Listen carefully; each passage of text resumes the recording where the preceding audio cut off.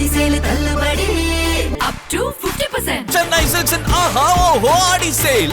Summer holidays வந்தாச்சு, நம்ம GT Holidays வந்தாச்சு. GT Holidays, South India's #1 travel brand.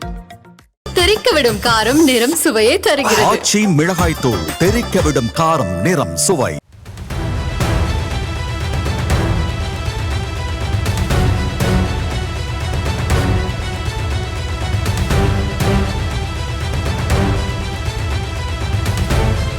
Kerala மாநிலம் பாலக்காடு அருகே உள்ள கொல்லங்கோடு பகுதியைச் சேர்ந்தவர் நிமிஷா பிரியா. 37 வயதான இவர் 2007ஆம் ஆண்டு ஏமன் நாட்டிற்கு செவிலியர் வேலைக்காக சென்றார். தன்னுடைய கணவர் டாமி தாமஸ் மற்றும் பெண் குழந்தையுடன் ஏமன் நாட்டில் வசித்து வந்த நிலையில் திடீரென அங்கு உள்நாட்டு போர் வெடித்தது.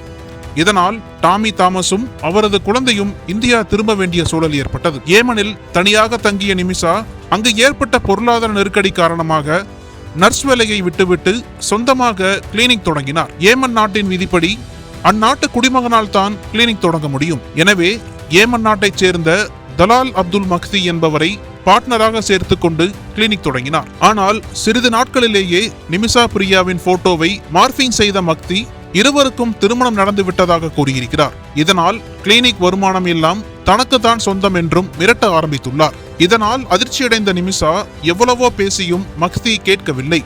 ஒரு கட்டத்தில் நிமிஷா பிரியாவின் பாஸ்போர்ட்டையும் மக்தி பிடுங்கி வைத்துக் கொண்டு அவரை கொடுமைப்படுத்தி வந்துள்ளார். இந்த சூழலில் அங்கிருந்த முன்னாள் ஜெயில் வார்டன் ஒருவர் மக்திக்கு மயக்க மருந்து கொடுத்து பாஸ்போர்ட்டை எடுத்து விடுமாறு ஐடியா கொடுத்துள்ளார். அதை கேட்ட நிமிஷாவும் கடந்த 2017ஆம் ஆண்டில் அவருக்கு மயக்க மருந்து கொடுத்துள்ளார்.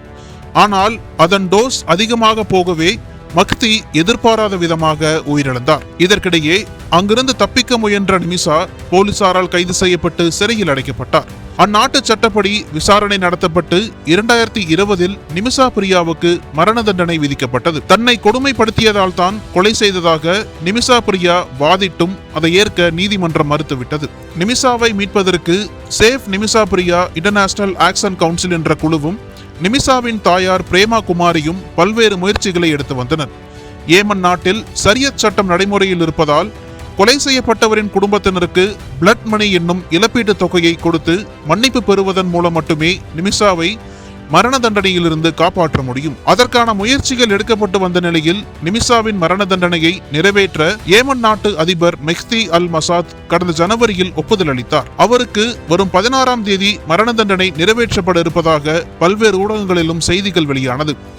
இந்த தகவல் நிமிஷாவின் குடும்பத்தினரை அதிர்ச்சிக்குள்ளாக்கிய நிலையில் இதில் இந்திய அரசின் தலையீடு இருக்குமா என்ற கேள்வி எழுந்தது. இதனிடையே நிமிஷாவின் மரண தண்டனையை மத்திய அரசு தடுத்து நிறுத்த வேண்டும் என தாக்கல் செய்யப்பட்ட வழக்கு கடந்த திங்கட்கிழமை சுப்ரீம் கோர்ட்டில் விசாரணைக்கு வந்தது. அப்போது நீதிமன்றத்தில் ஆஜரான மத்திய அரசின் அட்டர்னி ஜெனரல் நிமிஷா பிரியாவுக்கு மரண தண்டனை நிறைவேற்றப்பட உள்ள விவகாரத்தில் அரசு இதற்கு மேல் செய்வதற்கு ஒன்றுமில்லை என கைவிரித்தது. இந்த மரண தண்டனையை நிறுத்த பல முயற்சிகள் எடுக்கப்பட்ட போதிலும் அதற்கு பலன் கிடைக்கவில்லை. இதற்கிடையே கடைசி கட்ட முயற்சியாக இந்தியாவின் கிராண்ட் முஃப்தி என்று அழைக்கப்படும் சன்னி முஸ்லிம் தலைவர் அபூபக்கர் முஸ்லியார் இந்த விவகாரத்தில் தலையிட்ட நிலையில் மரண தண்டனை ஒத்திவைக்கப்பட்டுள்ளது. நிமிஷா பிரியாவால் கொல்லப்பட்ட தலாகியின் குடும்பத்தாருடன் அபூபக்கர் நடத்திய பேச்சுவார்த்தையில் முன்னேற்றம் ஏற்பட்டதாக தெரிகிறது. இந்திய அதிகாரிகள் ஏமனில் உள்ளூர் சிறை அதிகாரிகள் மற்றும் வழக்கறிஞர் அலுவலகத்துடன் தொடர்ந்து தொடர்பில் உள்ளனர். வழக்கின் தொடக்கத்திலிருந்தே இந்த விஷயத்தில் மத்திய அரசு